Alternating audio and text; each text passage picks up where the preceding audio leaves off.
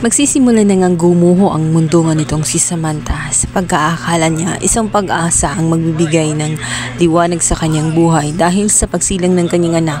Ito din pala ang magiging dahilan ng kanyang pagdurusa sapagkat ang itinuturing niyang kaibigan na umaasa siya na nakalimot na si George sa lahat-lahat ay hindi pala dahil nagtanim ito ng galit sa kanya at bumabelo at kumukuha lang ng pagkakataon.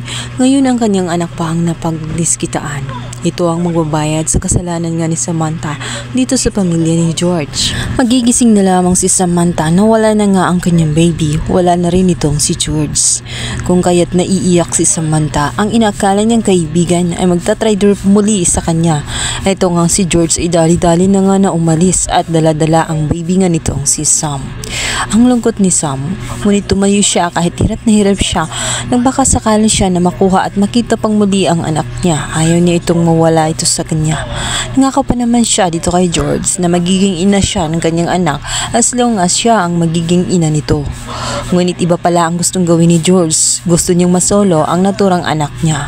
Kaya't napakakalungkot na side para kay Samantha. Sa kabilang banda, patuloy nga inimbestigahan ang mga balay dahil nga sa biglaan nila nga pagplano na pag-alis at makikita nga ang mga passport kung saan iba ang kanilang mga pangalan. Bukod pa roon may baby passport.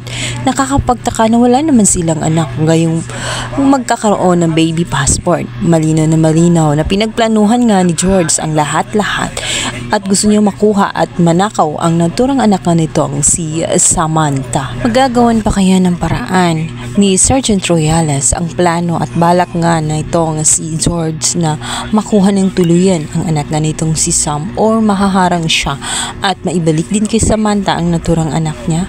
Yan ang ating pakabangan sa lalong umiinit na tagpo ng Widows War. Please don't forget to like and subscribe my YouTube channel. Thank you guys. God bless. Happy New Year.